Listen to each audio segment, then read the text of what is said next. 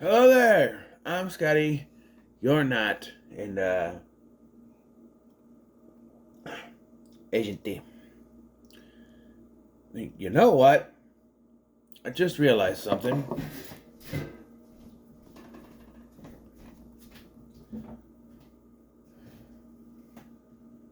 Where are you, mon frere? Hiding somewhere, maybe? Where are you? There you are. There you are.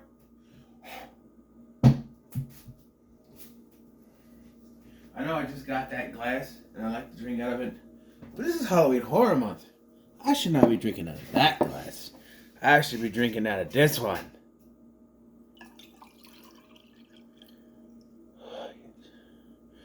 Now we're going. I got my Agent D. I got my Pennywise mug. We are now in full Halloween Horror Month mode. Yes. I think I was just thrown off because I'm filming this at the end of August, so yeah. Getting a very early start with this.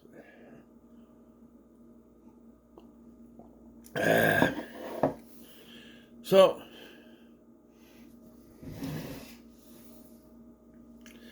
bathroom. I left the cupboard open and it's a OCD thing. Gotta shut it. So today, I finally get to fulfill something I've wanted to fulfill since I was a kid, going to the video store. Yeah. You know, you're a kid, you go to the video store, you look around, and you see all these honestly weird looking VHS covers. There's something to stick out. And for my money, at least in the horror department, there were two that stuck out. One is Jack Frost, not the Michael Keaton one, the other one, the Killer Snowman one. Because it was the what do you call it? It was lenticular, you know. The other one, Pinocchio's Revenge. A movie that eluded me. Honestly, I wouldn't have been able to watch this. There's nudity in it. Not that you can tell from the version that's on YouTube. Thank you very much, uploader of the movie. Because, like, I was watching Brandon Tenold's video on this after the fact, and I'm like, what do you mean there's nudity? I didn't see no nudity. So I guess I wasn't paying enough attention. I went back to the scenes that supposedly had nudity. Oh, it's very obviously edited around the nudity so this could stay on YouTube. Even though I've seen other movies on YouTube that are uploaded that have nudity, this person decided he had to be a dick and get rid of the nudity. So honestly, show this one to your kids because there's no nudity. I mean, there's the nanny in the shower, but they edit around the butt and the boobs and stuff. And then there's a sex scene, but that's edited too. They don't see anything. I don't know how I didn't notice it the first time because when they edit it, the music is edited with it. So like, they get cuts. Now I finally get to fulfill after all 30 plus years. 1997. Not quite 30 years yet. After 20 plus years of seeing it on the show, I finally get to watch Pinocchio's Revenge. And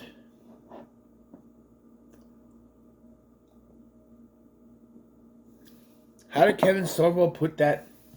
Disappointing! Yeah. Can I ask a question before I get started?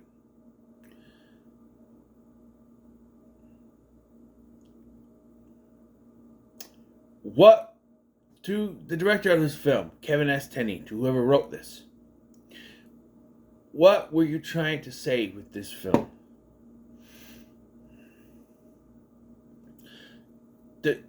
It's left on an ambiguous note. so ambiguous that I don't even know what the hell is going on in this movie.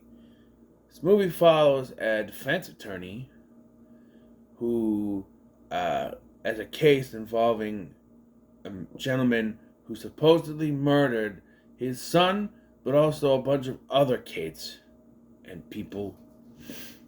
And when they dug up the bodies, they also found a puppet.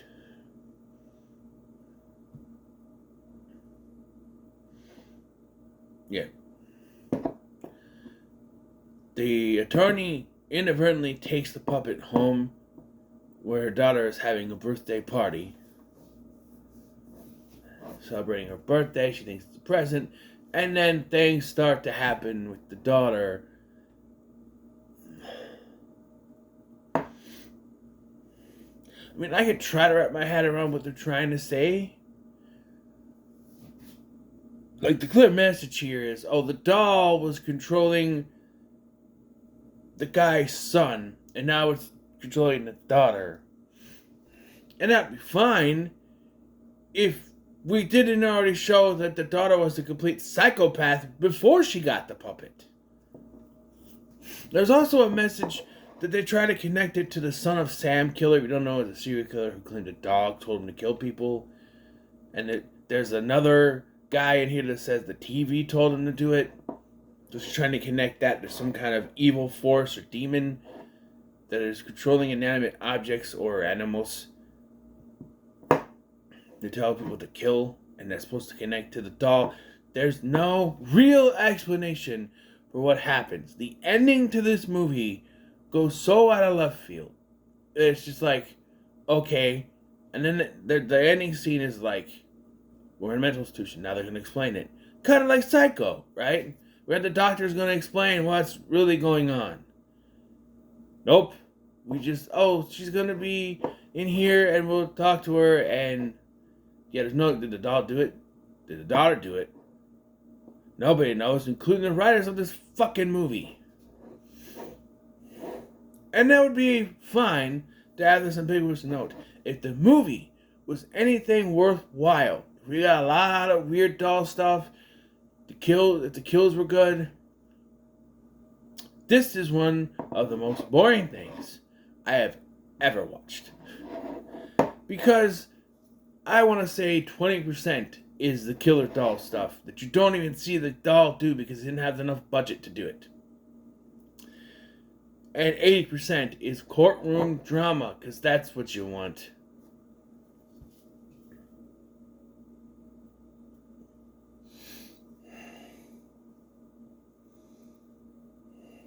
So we start with this guy, Vincent Gatto. Can't be Geppetto because of copyright. We can use the name Pinocchio because that's fine. Or maybe it's just more realistic that it's not Geppetto. Although, why don't you just call him Joe Petto? Because, like, something like the other night did that.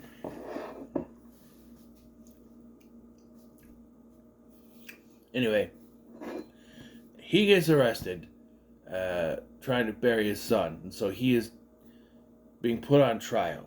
And you have the defense attorney lady and the guy from Square One TV who is the prosecutor. And they're trying to do this trial. And her defense is like that he admitted to killing the kid, but not the other bodies that they found. And so she doesn't think he should be tried for the other bodies. But she's still trying to get him off for...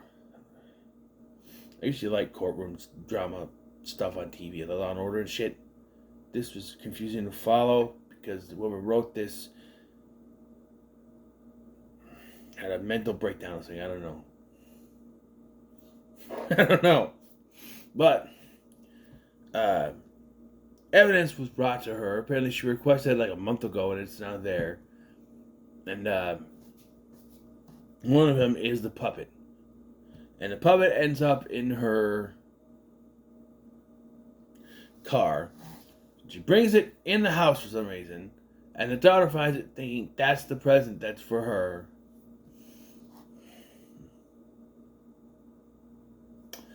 and she wants to keep it. But the mom's like, "Oh, it's not yours. It's fucking evidence. You, it's evidence. You should not have been allowed." I know that she didn't actually take it, but like, it's evidence, right? Like, you shouldn't have left the police station or her attorney's office or something. I don't know. And I know supposedly she didn't put it in the car or whatever. No, I don't know. But also, like I said, there's this scene. Honestly, I'm on a little girl side here. Because, like, she's a little bitch to this girl, Beth, in class, so I can see why Beth is mean, but she takes her invitations and throws them in the mud. And rightfully so. Like, don't do it. She bites her ear off. Don't do that. But, like, I've said this before in videos that people are too down on, like, you don't want violence in school. That's fair. That's fair. But, your kid hits my kid first, I get full permission for my kid to hit back. And if you come to me and you try and tell me, well, your kid hit this one kid, I'd be like, okay, but who started it? And they'd probably be like, well, it doesn't matter who started it. Your kid hit another kid. But did that kid hit him first? Because if that kid hit my kid first, then my kid has all the right in the world to fight back. As long as someone hits you first, you have all the right in the world to fight back. Because it's self-defense now. If you hit first, let's say he's calling you names, and you jump on him, that's a no. But if they hit you first, if they push you down, carte blanche. You have hit back. Don't like try to murder him with a shovel or anything. Just fight. Hit him, push him back. I would say be more equal. Push you down, get back up, push them down. They punch you, punch them. Now, there's a difference. There's one big thing. Before you even say it. Girls. Okay?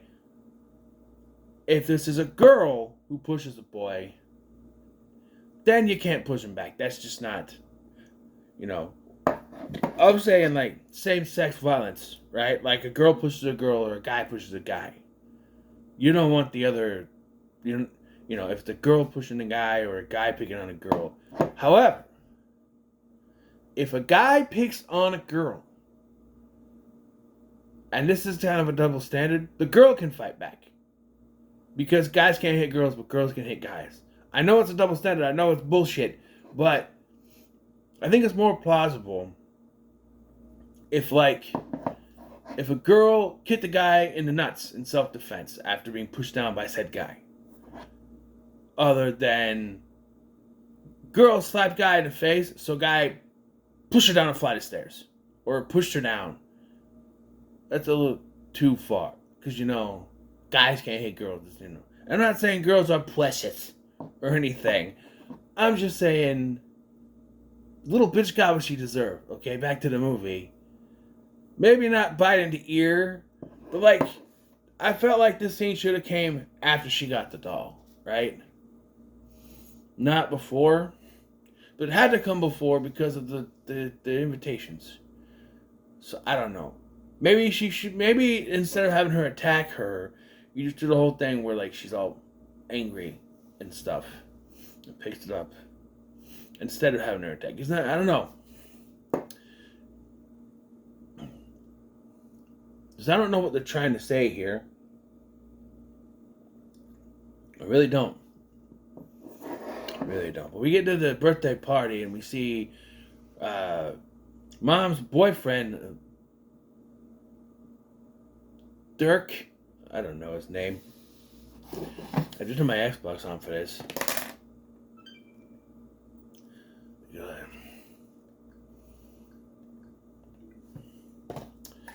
I didn't have it on yet. Oh, good, I don't have to sign in. It's already signed in for me. We're good. Yeah, we are.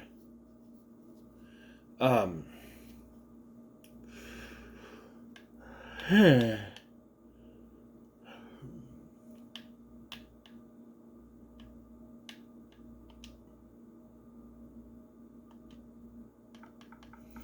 always mess it. It's one N and two C's.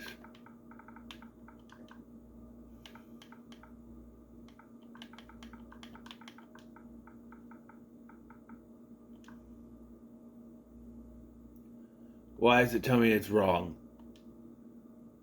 Pinocchio's Revenge. Boyfriend's name is David. Really? Another David? I just did Hard Eyes with had a character named David in it. David. Kavinsky, apparently. And, so, he's there and he's messing around with the puppet. Oh, hey, I put a... And when I saw this, I was a little bit jarred. I'm like, because I had strings. And I'm like, but where did the strings come from? Because in all the other pictures we see, like, it was buried, right? We don't see strings till now. But it is a puppet. It's a marionette, so... I don't know. But, yeah, and then the little girl's a cockblock because Dave's trying to get it on with the mom. Until they tuck her in bed, and then they proceed to get busy. Have sex. Do it! Yes, and like I said, this version is edited out. Then the next morning also there's a shower scene with the live-in housekeeper named Sophia. And that's also edited out of this version I watched. Thank you very much, whoever uploaded it to YouTube.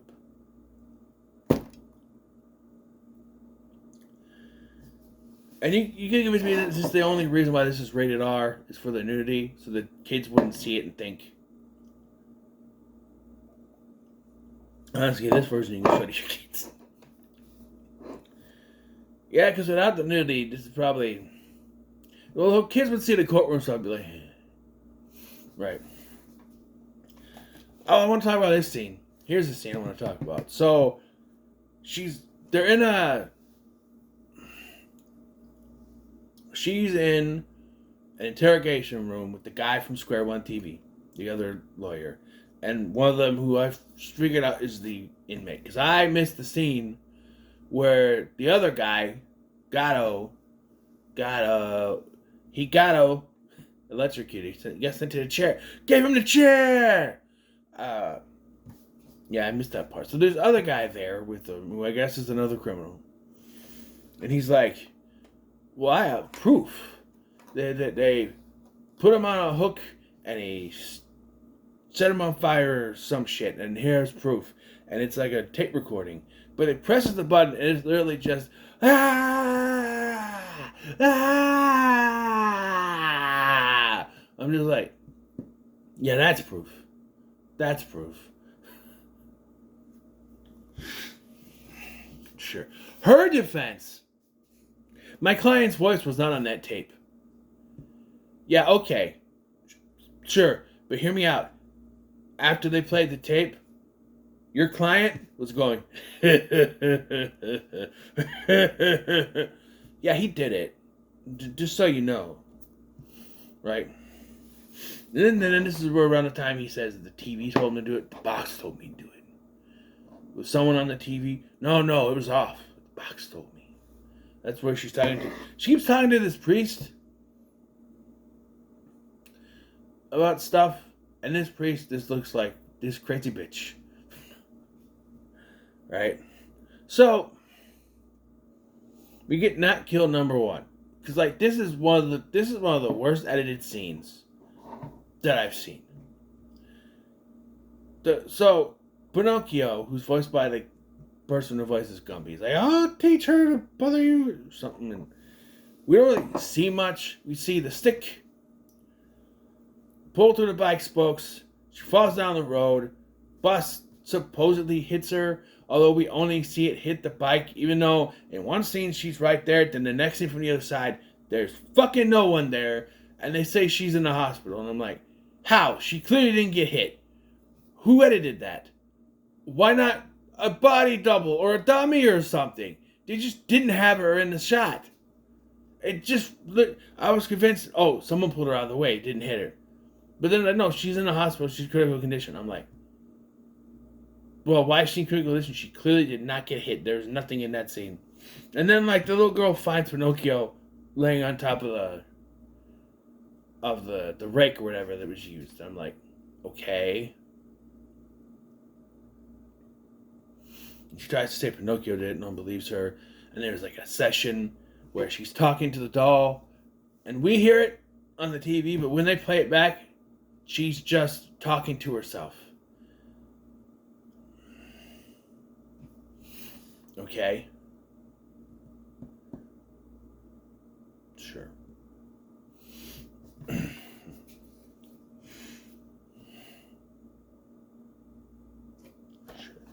Well, then the doll is like, oh, hey, if you get rid of David, then Mom will spend more time with us. So they push David down the stairs, but he survives. Or Pinocchio pushes David down the stairs, apparently. He survives and is in a hospital in critical condition. Does no one die in this fucking thing? Actually, yes, we'll get to it. Yeah. And he's like, you need to cut my strings. So she cuts the strings. And she's like, let's go see David. Despite him being able to move freely for the rest of this fucking movie, now he's able to walk around just... Why did he need the strings cut? It doesn't make any sense. Makes no sense. Obviously, he kills David in the hospital. He makes him flatline. And by the way, there are phone calls in this movie that are some of the worst phone calls I've ever seen. Hey, the phone's right here. Because they don't do the thing where they cut back and forth from the other side of the phone. No, they don't have the budget for that. So instead, you have them talking through the phone, and then you hear who's supposed to be on the other side of the phone. But it sounds like... We're just supposed to guess from the reaction of the person that's talking to people on the other line, from our character, that something bad has happened. Like, oh, hey, Mrs. Kaminsky. What, David? Yeah. Oh, no. Oh, no. Did he die? Well, we know he died, but like... It's like you go to a drive-thru restaurant. Yeah, I'll have a Big Mac and fries. Yeah, supersize that for me. Yeah, I'll have a Coke with it. Yeah, ketchup, sure. All right. That's basically what it sounds like to me, you know? If you don't have the budget, by the way, the puppet's mouth does not move. Well, once, because that's all they had the budget for, was for it to move once. So now, Pinocchio's like, oh, if we get rid of Sophia, then Mom will have to spend more time with us. So someone bashes Sophia's brains in with what is it, a golf club or something? So she's dead. By the way, there was a scene where she shows up wearing coveralls and a rainbow striped shirt, like Chucky. Was she's supposed to be like? Is that supposed to be a nod to Child's Play? Yeah, let's not make a nod to a movie that's 10 times better than yours, million times better than yours. I haven't seen Dolly Dearest, and that movie looks like shit, but I bet it's better than this one. And this is Kevin S. Tenney, who directed Night of the Demons and Witchboard, and the Witchboard sequels, which I admittedly haven't watched yet. Why? What is this? So the mom comes home, and now she's, we see the puppet moving around, and then she gets whacked in the head, and the daughter's there standing with the thing, and she's like, I got it away from him. It's okay. By the way, by a landslide, the daughter is the best actress in this movie. It's not even... the guy from Square One TV is alright, but I don't know, something with her acting. She's a singer now, by the way. And she's kind of hot. She's a year older than I am. She's a year older than I am, so we'd have been close to the same age around the time this came out in 97. She's like 9 or 11. She's 11. She's 11. That's what it is. Her psychic mumble jumble is messing her head. She's 11. No. She's hot now. Although, if I was a kid, I probably would have thought she was cute back then. If I'd seen this back then, I wouldn't have been allowed to see this back then. I was allowed to see Child's Play. There's no boobies in that. Wait, I watched Beverly Hills Cop when I was probably around this age. So, yeah, I don't know. I probably would have been able to see this. Although I probably wouldn't have. Well, 97, I was 10. That's when I really started paying attention to stuff. I might have been able to watch this. I don't know. But anyway, she's hot now. So, I mean, she's a cute kid. I was an ugly fucker as a kid. Still are. Shut up. Girls are better looking than guys anyway. But anyway. Yeah, she's hot now. Anyway. Actually, I did look better because I wasn't so fat. Anyway, so, to finish this off. The doll then starts going after the mom. There's a struggle. She throws the doll through the glass coffee table that everyone had in the 90s. But when the camera cuts back, it's the little girl?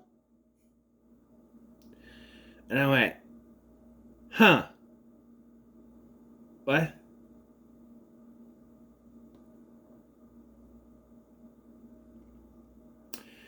So then they cut to they're in a mental institution. Like, okay, this is where they're going to explain what it is, what happened, right? Like, the doll was controlling her, or... No, they say, oh, she's fucked up in the head, and she's going to stay here for a little while. I'm like, wait. What about the doll? So, what they're trying to say, there's something wrong with the little girl's head, and she imagined all this, and she was behind all this. Cool, we can take that from the scene where she tried to bite the girl's ear off. However, how does that connect with the doll? Like, if she had overheard a conversation her mom had about, oh, the doll was found at a crime scene, and this guy was freaking out, and so she puts, like, in her head, she creates this story. Oh, the doll must have told her to do it, or something, or whatever. But it's implied that that Gatto's kid was also being controlled by this doll, apparently. Because from what I gathered from the case she was doing was that, Gatto confessed to doing all the murders because he didn't want them to know the fact that his son did it. Because he never brings up the damn doll. So we're supposed to believe the doll was, it's like Brahms from The Boy 2, not from the first one. From The Boy 2, it controls people. By the way, The Boy 2 is better than this. I'm sorry. I'm sorry, it is. You know, retcon's a very good twist in the first one. It's better than this. This was shit. I'm sorry. After all these years of wanting to see this movie and so disappointed at it. Even the doll design, it's not even the same one that's on the cover. Not at all. I will say it's not worth your time. I can't say it's so bad that it should fry in hell, because it didn't make me that angry. Like I said, those are reserved for ones that make me so angry I just want to chuck it out the window. And I think I'm mostly frustrated because it's something I've wanted to watch ever since I was younger. And it's the disappointment abounds. But it doesn't offend me to the point that I think it should fry in hell. So instead, it's just not worth your time. Watch something else. Watch any other Kevin S. Tenney movie. Night of the Demons, Witchboard. Watch The Boy 2.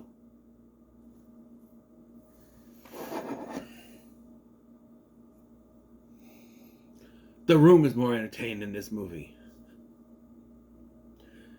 Then you could have Pinocchio pop up. I did not kill her. I did not do it. It's not true. It's bullshit. I did not kill her. I did not. Oh, hi, Mom. Something like that. Pinocchio's not the little girl.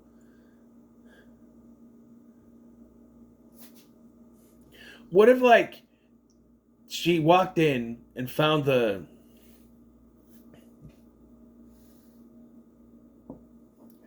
dead housekeeper, right? And the daughter's like, Pinocchio did it. And the Pinocchio just stands up and goes, I did not kill her. It's not true. It's bullshit. I did not kill her. I did not.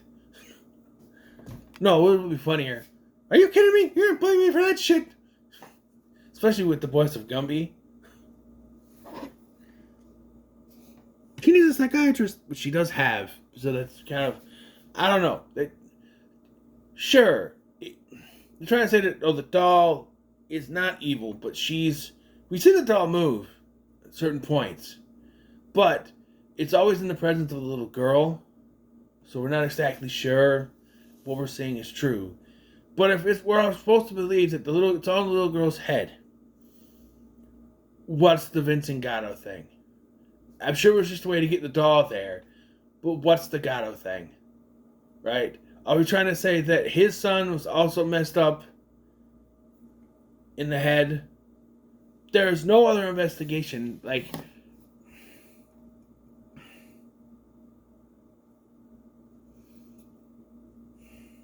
I don't know. There's no point. Like, after David is thrown down the stairs or something,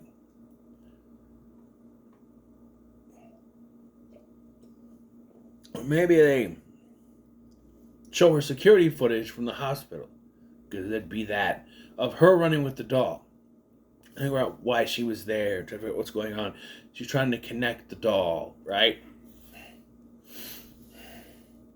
They kill off Gatto so quickly that it's like, even if there was an explanation, right? I don't know. Maybe the doll was made from a special tree that Gatto used to make it, and the wood was cursed or something. I don't know. Anything is make more sense than just anything they came up with, but whatever. So, what are your thoughts on Pinocchio's Revenge? When it comes over, like, share, and subscribe. Thanks for watching. I'm Sky, and I'll see you in the next one.